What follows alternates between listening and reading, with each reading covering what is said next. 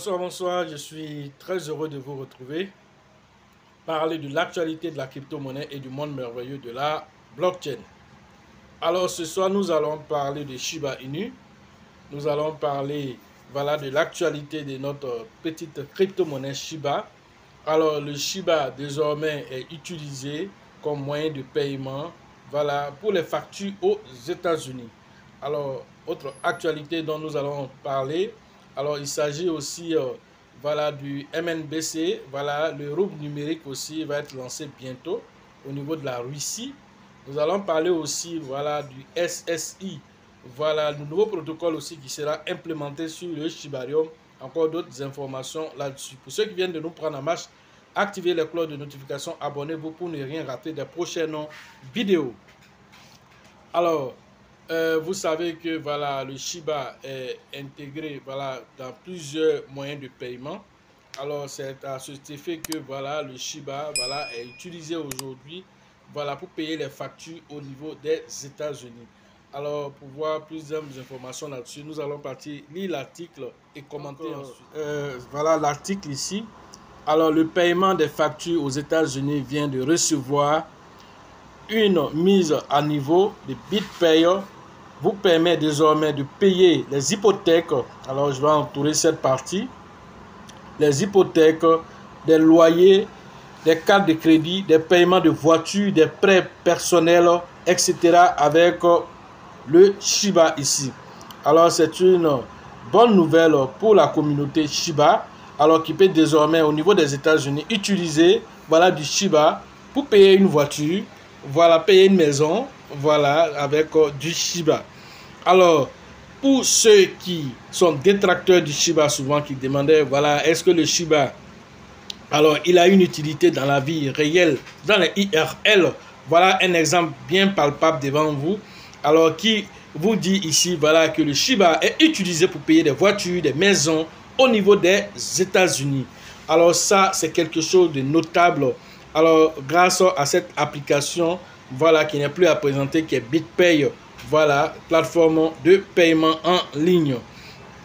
Alors, tout ça, c'est l'actualité du Shiba. Et tout ça, ça démontre un tant soit peu que le Shiba rentre plein pied dans ce qu'on appelle le IRL.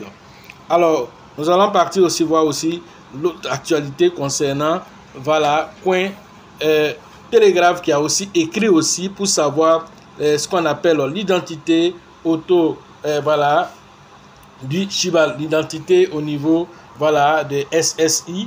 Alors qu'en est-il? Coin Telegraph aussi a voulu en savoir davantage. Comment l'identité auto-souveraine, ce qu'on appelle le SSI au niveau de Shiba, aide les utilisateurs à posséder leurs données. Alors le développeur principal a donné des informations récemment là-dessus. On a déjà fait des vidéos là-dessus. Mais Coin Telegraph, en passant par l'intermédiaire de BNB Chain, Arnaud Bauer a écrit pour en savoir davantage au niveau de cette nouvelle technologie qui sera dans le Shiba, parce qu'on n'a pas beaucoup d'informations là-dessus. Alors, dans une déclaration envoyée à Coin Telegraph, Satoshi Kusama a décrit le SSI comme un concept mettant l'accent sur le contrôle et la propriété des individus sur leurs données personnelles. Selon le développeur, il permet aux utilisateurs de créer, de gérer et de partager des informations d'identité sans intermédiaire centralisé, a-t-il expliqué. Shiba SSI s'appuie sur la technologie décentralisée comme Shibarium pour permettre des interactions d'identité sécurisées, privées, vérifiables, offrant aux individus une plus grande confidentialité et un meilleur contrôle de leurs identités en ligne. Voilà ce qu'il a donné comme information supplémentaire à ce que vous saviez déjà. Alors, le Web 2 a toujours été confronté à de divers défis dans la gestion des données en raison de sa nature centralisée. Alors, selon l'architecte principal des solutions BNB Chain, Arnaud Bauer, SSI révèle ces défis et améliore la gestion des données en s'alignant, en utilisant la technologie telle que des preuves de reconnaissance nulle, les jetons liés à l'âme. Bauer a déclaré que SSI permet un Internet plus sécurisé, privé, centré sur l'utilisateur. Les systèmes d'identité Web 2 étant centralisés sont sujets à des défis tels que voilà, le potentiel de données et le stockage des KYC. A-t-il expliqué ça? C'est Boer qui parle, alors qu'il dit un peu les mérites voilà, du SSI, du Shiba. Alors, il dit qu'il y a tellement de risques au niveau voilà, de KYC, il y a la fuite des données. Vous avez vu pendant les élections aux États-Unis, voilà, certaines données concernant voilà, les Facebook ont été récupérées, voilà, exploitées. Alors tout ça, ça a été aussi, comme on appelle, un indicateur aussi pour certains candidats. Alors donc du coup, aujourd'hui, l'identité numérique est très importante. Alors comment le Shiba fait aujourd'hui pour pouvoir sécuriser nos différentes données? Voilà, même si il savait que ces données doivent être utilisées à des fins commerciales, vous devrez être informé pleinement de cela afin que vous donnez votre accord d'abord avant l'utilisation de ceci. C'est un peu comme la manière Brave Token, comment on appelle, l'application Brave Travail. Alors l'application Brave Travail de cette manière-là. Alors quand vous utilisez voilà, Chrome pour pouvoir travailler, alors les différents micro-recherches que vous faites, alors Chrome récupère tous ces trucs à travers Google et tout ça.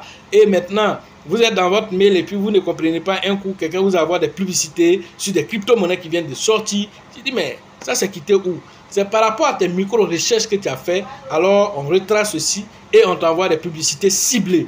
Alors ici, Brave, par exemple, lui, te permet de ne pas, il permet pas aux différents publicitaires de pouvoir passer par ce canal-là, à moins que toi-même tu donnes ton autorisation pour le faire et ensuite tu es payé avec le token Brave.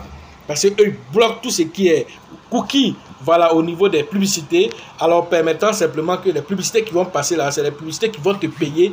Alors en utilisant l'application Brave comme navigateur, alors toutes les publicités qui vont transiter là-bas, là, il faut te dire que toi tu as une partie de ça. Alors c'est la même chose que Kujama avait fait ici, en passant par le Shibarium, qui est une plateforme qui va attirer plus de 30 millions d'utilisateurs. Alors une telle plateforme qui a l'ambition d'atteindre 1 milliard d'utilisateurs, voilà l'objectif qui s'est donné. Alors pour ce faire, alors il faut qu'on sache qui fait quoi. Voilà, pour ne pas que n'importe qui aussi vienne transiter là-bas pour faire n'importe quoi. Alors, c'est important de pouvoir identifier les utilisateurs. Voilà l'objectif. Mais tout en identifiant les gens, il ne faudrait pas que les données des gens aussi circulent aussi quelque part. Alors, pour cela, il met en place voilà, cette identité souveraine, voilà, autonome, qui va permettre de pouvoir vérifier qui fait quoi. Voilà l'objectif qui est derrière ceci. En améliorant la vérification d'identité SSI à l'aide le SSI va aider à éviter les escroqueries. Voilà ce qui est dit ici. Je vais entourer voilà cette partie-là. Le SSI va éviter voilà, les escroqueries, à atténuer aussi les risques tels que les attaques par déni de services distribués qu'on appelle les DDoS, augmentant ainsi la sécurité globale de la plateforme. Voilà encore une autre information importante au niveau du protocole que le SSI va apporter au Shibarium. Alors c'est quelque chose d'innovant. Bon, pour l'heure, voilà, voici les différents détails. Voilà, au fur et à mesure que ces détails vont sortir, nous allons savoir leur implémentation exacte sur l'écosystème de Shiba. Voilà des choses assez notables. Maintenant, allons parler maintenant du rouble numérique au niveau de la Russie. Voilà, la Russie voilà, avait lancé son MNBC, voilà, les monnaies numériques de banque centrale. La Russie va tester son rouble numérique dans les 13 banques. Alors, dans les 13 banques, la Russie va tester, ce sera un test pilote. Alors qu'il y a seulement que quelques mois, la Russie retardait le lancement de son rouble numérique.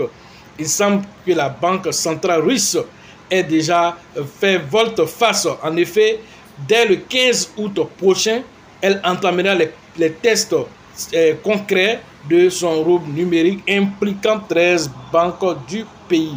La Banque centrale russe va lancer, voilà, et donc les premiers essais se concentreront sur quoi? Sur la création des portefeuilles numériques, les transferts de monnaie numérique entre particuliers, parce que ça va se passer entre banques, mais aussi entre particuliers. On va tester cela. L'utilisation aussi des codes QR pour les achats, les biens et services, l'implémentation des paiements automatisés. Voici les différentes caractéristiques voilà, qui seront d'abord testées voilà, dans ce rubrique numérique. Dans le cadre du programme pilote, les participants auront possibilité de profiter de 30 points de vente participant au projet répartis dans 13 villes à travers la Russie.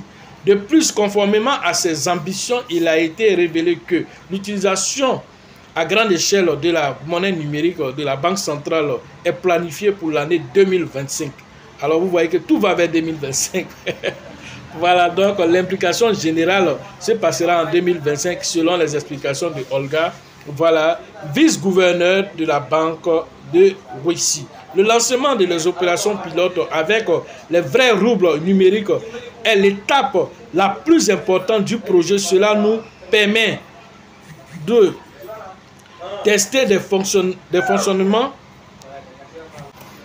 Cela permettra déjà de tester le fonctionnement de la plateforme de roubles numériques dans un environnement industriel. Travailler toutes les procédures nécessaires pour la participation des clients, d'ajuster les processus si nécessaire, de s'assurer que le recours client est pratique et voilà, compréhensible pour les utilisateurs. Voilà un peu l'objectif qui sera recherché.